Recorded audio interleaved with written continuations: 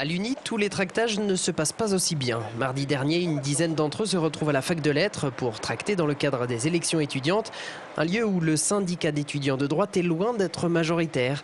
Après une demi-heure de présence sur les lieux, ils auraient été assaillis par des étudiants du syndicat Sud et de l'association RUSF, Réseau Université Sans Frontières. Ils avaient clairement pour but de nous faire déguerpir de la fac, car ils estiment que c'est leur terrain de jeu et c'est pas normal.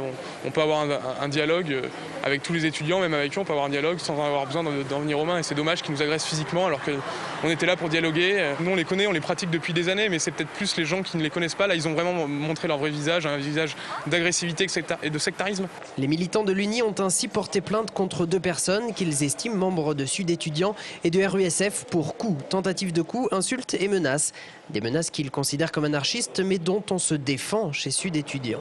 On est allé voir leur communiqué qui nous a bien fait rire parce qu'effectivement ils déformaient beaucoup les faits. Ça va pas arranger nos relations mais c'est pas nouveau, c'est quelque chose qui dure depuis que l'Uni s'est créée, c'est-à-dire il y a 35 ans.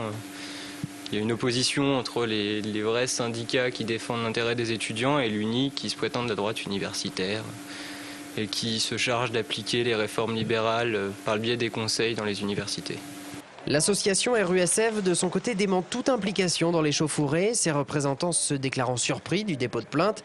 Quant à l'Uni, elle a décidé de faire de cet événement un argument de campagne, prônant contre la violence et l'anarchie à l'université.